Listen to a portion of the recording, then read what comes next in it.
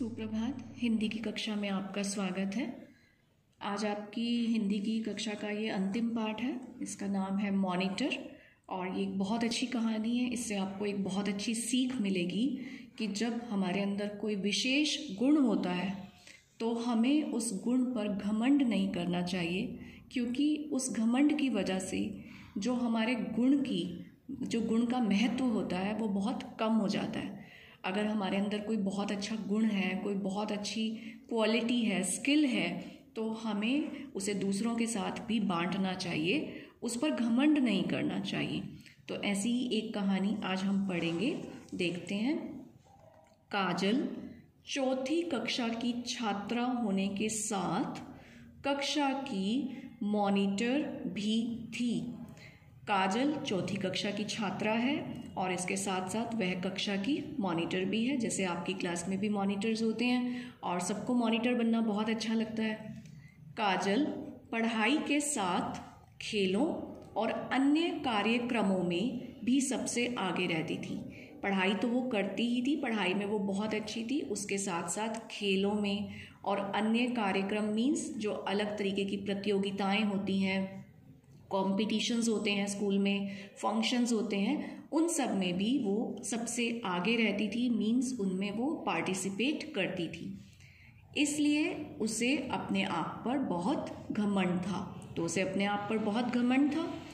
उसकी गर्दन हमेशा घमंड से तनी रहती थी। मीन्स गर्दन हमेशा ऊपर की तरफ रहती थी और उसे बहुत अपने ऊपर घमंड था। उस दिन कक्षा में काजल अपने डेस्क की तरफ जा रही थी। उसने देखा कि अमृता कुर्सी के नीचे अपना बस्ता खिसकाने के लिए झुकी हुई है। बस्ता क्या होता है? School bag. उसने देखा कि अमृता, उसकी क्लासमेट है, जो कुर्सी के नीचे अपना बैग सरकाने के लिए झुकी हुई है। तो काजल ने कैसे बोला और क्या बोला, लेट्स सी। ज़रा अपना मोटा ताज़ा शरीर मेरे रास्ते से हटाना। अमृता थोड़ी मोटी होगी, तो काजल ने उसको कैसे बोला कि अपना मोटा ताज़ा शरीर मेरे रास्ते से हटाना। काजल ने अमृता का मजाक उड़ाते हुए कहा। ये बात काजल ने कैसे कही? अमृता का मजाक उड़ाते हुए। अमृता धीरे से उठकर अपनी कुर्सी पर बैठ गई। और जब क्लास में ऐसी कोई भी बात होती है तो बाकी बच्चे फिर क्या करते हैं? वो हंसने लगते हैं, क्योंकि वो बहुत छोटे हैं, वो समझ नहीं पाते हैं कि किसी को इससे दुख होगा। कक्षा की सारी लड़कियां हंसने लगी। काजल भी ही करते हुए अपने डेस्क की ओर बढ़ गई। लेकिन जिसका अपमान होता है, जिसका मजाक उड़ाया जाता है, उसे कैसा लगता है, देखते हैं।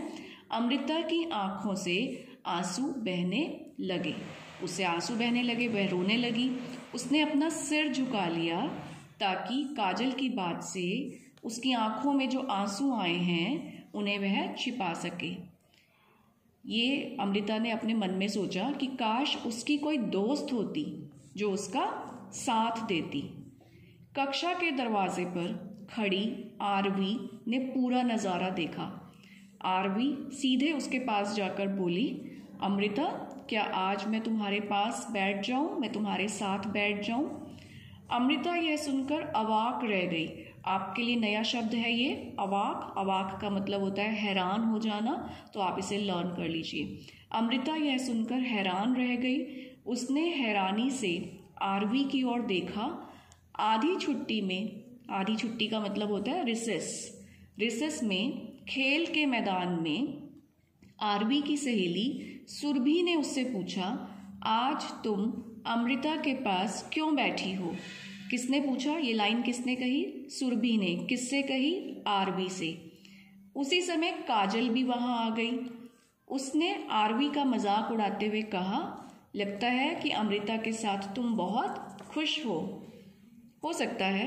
आरवी ने भी लापरवाही से उत्तर दिया। आरवी ने लापरवाही मीन्स उसकी बात को टालते हुए कहा, हो सकता है।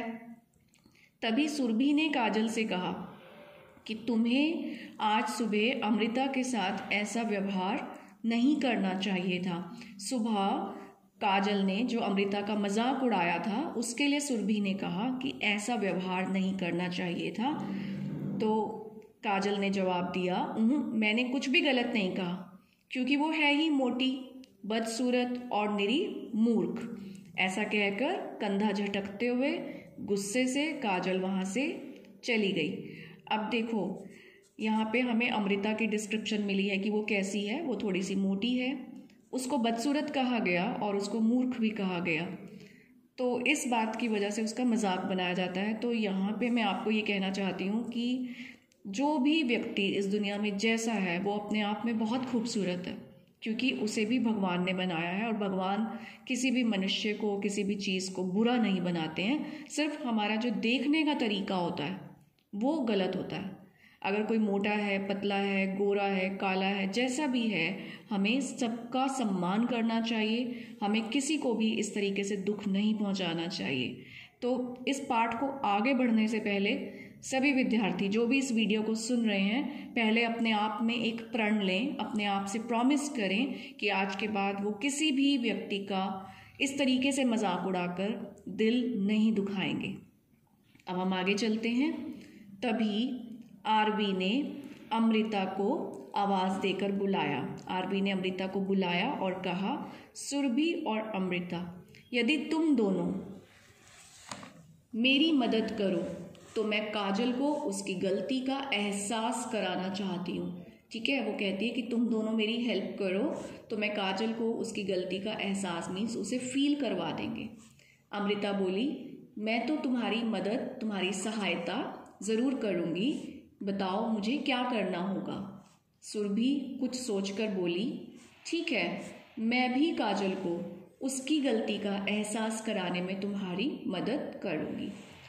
उस दिन से आरवी और सुरभि उसके दोस्त बन गए। किसके दोस्त बन गए? अमृता के। अब अमृता खुश रहने लगी और स्कूल जाने के लिए भी उत्सुक रहने लगी। बच्चे, हमें अपनी लाइफ में ना सबको खुशियाँ बांटने की कोशिश करनी चाहिए। किसी को दुख देने की बजाय सबको खुश रखने की कोशिश करनी चाहिए। जब हम खुशियाँ बांटने की कोशिश करते हैं तो भगवान आपको बहुत खुश रखते हैं। तो आप ये चीज़ें साथ साथ सीखते जाइए। जब से आरवी ने अमृता की मदद करने का निश्चय किया, तभी वह समझ गई थी कि उसे स्वयं भी कितनी मेहनत करनी पड़ेगी। अब आरवी ने अमृता को मदद करने का तो कह दिया कि मदद करूँगी, लेकिन अब उसे समझ आ गया कि उसे बहुत मेहनत करनी पड़ेगी। स्वयं बुद्धू रहकर वह अमृता को कुछ भी नहीं सिखा सकती। जब आरवी खुद ही बुद्धू बनकर रहेगी तो अमृता को कैसे कुछ सिखाएगी? पहले तो आरवी को खुद से मेहनत करनी पड़ेगी, उसे सारे जो स्टडी कॉन्सेप्ट हैं वो बहुत अच्छे से समझने पड़ेंगे, अपनी पढ़ाई पर ध्यान देना होगा, तभी वो किसी और को सहायता कर पाएगी ना। इसलिए उसने स्वयं की पढ़ाई पर विशेष ध्यान देना आरंभ कर दिया। आरंभ मीन्स स्टार्ट कर दिया, शुरू कर दिया कि उसने बहुत अच्छे से पढ़ना शुरू किया। शाम को तीनों सहेलियाँ यहाँ किसके लिए आया है? नेम बताओ। अमृता, आरवी एंड सुरभि। तीनों सहेलियाँ एक साथ मिलकर होमवर्क करती।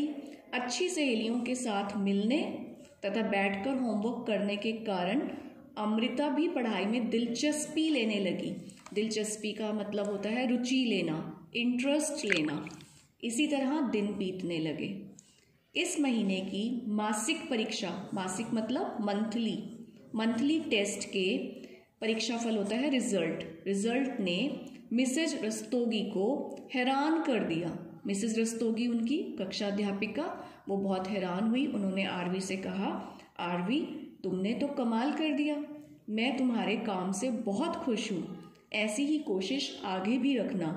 और अमृता, तुम्हारी उन्नति पर, उन्नति मतलब प्रोग्रेस पर तो मैं विश्वास ही नहीं कर पा रही हूँ। तुम्हारे सभी विषयों में बहुत अच्छे अंक आए हैं। अंक होते हैं नंबर, तुम्हारे बहुत अच्छे नंबर आए हैं। और विषय होते हैं सब्जेक्ट, बल्कि हिंदी में तो तुम्हें सबसे अधिक अंक मिले हैं। यहाँ तक कि काजल को भी तुमने पीछे छोड़ दिया, शाबाश। अभी मिसेस रस्तोगी की बात खत्म नहीं हुई थी। हर महीने की मासिक परीक्षा के अंकों के आधार पर उन्होंने अगले महीने के लिए मॉनिटर के नाम की घोषणा करते हुए कहा, ध्यान से पढ़ेंगे इसको।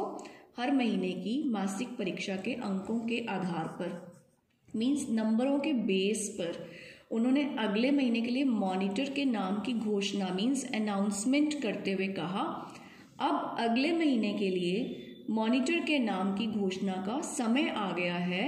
इस बार मॉनिटर होगी आरवी, और इस बार जो मॉनिटर होगी आरवी। पहले मॉनिटर कौन थी? काजल। और अब अध्यापिका ने जो मासिक टेस्ट होते हैं उसके आधार पर आरवी को मॉनिटर अनाउंस किया।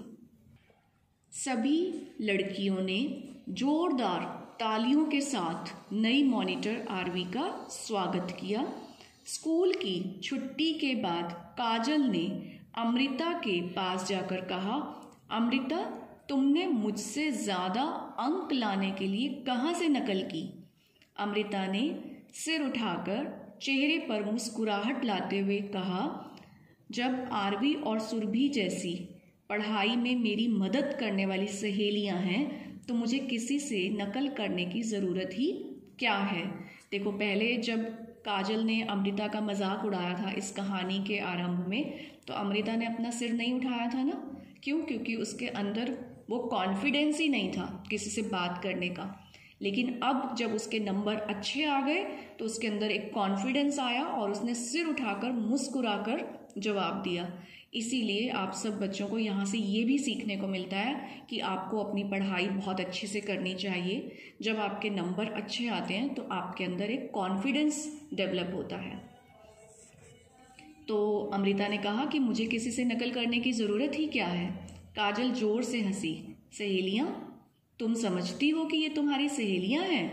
ये सब उन्होंने केवल मुझे सबक सिखाने के लिए किया। ये तो उन्होंने मुझे सिर्फ सबक सिखाने के लिए, मुझे रियलाइज़ कराने के लिए किया है। अगर तुम्हें विश्वास नहीं है तो आरवी से पूछ लो।